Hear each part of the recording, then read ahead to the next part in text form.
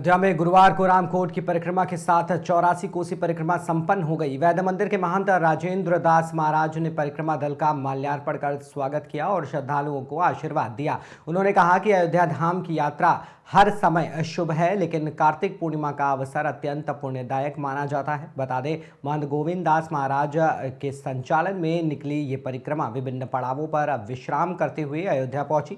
ये 84 कोसी परिक्रमा का तीसरा वर्ष है, जिसे श्री चित्रकूट 84 कोसी परिक्रमा समिति द्वारा परंपरागत रूप से आयोजित किया जाता है।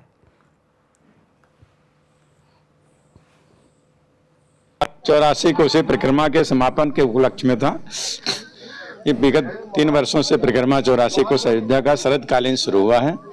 इसके पहले जो परिक्रमा होता था वो अभी भी हो रहा है ग्रीष्मकालीन, यानी वैशाख कृष्ण परिवार से शुरू होकर के और वैशाख शुक्ल नवमी को समाप्त होता है। लेकिन ये परिक्रमा शरदकालीन है। जो गर्मी में नहीं जा सकते हैं, जिनको गर्मी में असुविधा होती है, उनको सुविधा को ध्यान में रखते हुए कार्तिक पूर्णिमा से प्रारंभ हो करके और आज ये समापन हुआ है। ये प्रतिवर्ष कार्तिक पूर्णिमा से शुरू होकर के और 23वें दिन पुनः ये वैद्य जी के मंदिर में आता है, क्योंकि अंदर जाने में वाहनों को असुविधा होती है। इसलिए परिक्रमार्थियों को सुविधा को ध्यान में रखते हुए कि यहाँ ये रखा गया कार्यक्रम, जिससे किसी को असुविधा न हो। अब उसे आज तीसरा वर्ष है, उसके परिक्रमा की पूर्णाहुति के उपलक्ष्य में आज ये कार्यक्रम है, जब सभी परिक्रमार्थियों का भोजन प्रसाद दक्षिणा से सम्मानित करके विदा किया जा रहा है और ये उसी के संबंध में कार्यक्रम है।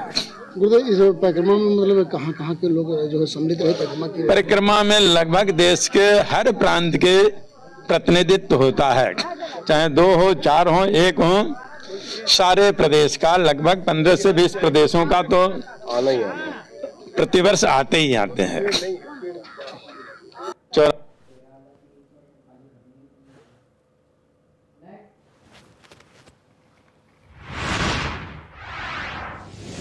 धाम में श्री झालरिया पीठ बड़ा स्थान डीडवाना का विशेष भूमि पूजन आयोजित हुआ। 2026 में होने वाले महाभव्य श्री पुष्टोत्तर मास महोत्सव से पहले ये पहला औपचारिक चरण माना जाता है। पीठाधीश्वर श्री 1008 स्वामी धनराजा राम जी महाराज के सानिध्य में होने वाले इस कार्यक्रम में राजस्थान और उत्तर प्रदेश सहित कई राज्यों से संत महात्मा और श्रद्धालु पहुंचेंगे। भूमि पूजन के बाद महाप्रसादी का विशेष आयोजन भी किया गया है। अयोध्या एक बार फिर भक्ति, संस्कृति और आध्यात्मिक उत्सव का केंद्र बना।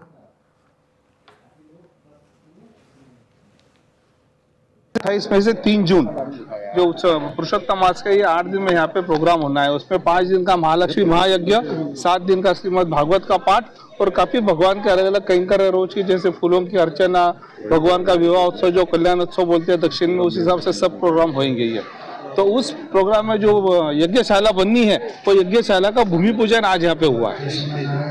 आज के मुहूर्त पे। अपना नाम? मैं संजय सारडा, अहिल्यानगर, महाराष्ट्र से। प्रकार के भागवत कार्यक्रम होंगे। उस महालक्ष्मी महायज्ञ के अंतर्गत भूमि शोधन की दृष्टि से यहाँ यज्ञशाला के भूमि का भोजन होता है। भूमि पूजन में हल बैल द्वारा भूमि का शोधन करके उसके ऊपर हाथी और बैल वगैरह घूमते हैं, तो जो पुरानों तरीके थे उनके हिसाब से इसको शुद्ध किया जा रहा है। और मुझ स्वामी जी महाराज श्री घनश्यामाचार्य जी महाराज झालरिया मठ डीडवाना के, उनके अध्यक्षता में सारा उत्सव संपन्न होने जा रहा है 28 मई से 3 जून 2026। जय श्री नारायण। आज महालक्ष्मी महायज्ञ के अंतर्गत इस जगह जहां हम लोग अभी हैं उसी जगह पे भूमि पूजन हुआ है। इसी जगह पे यज्ञ हुआ महालक्ष्मी महायज्ञ शाला निर्माण है।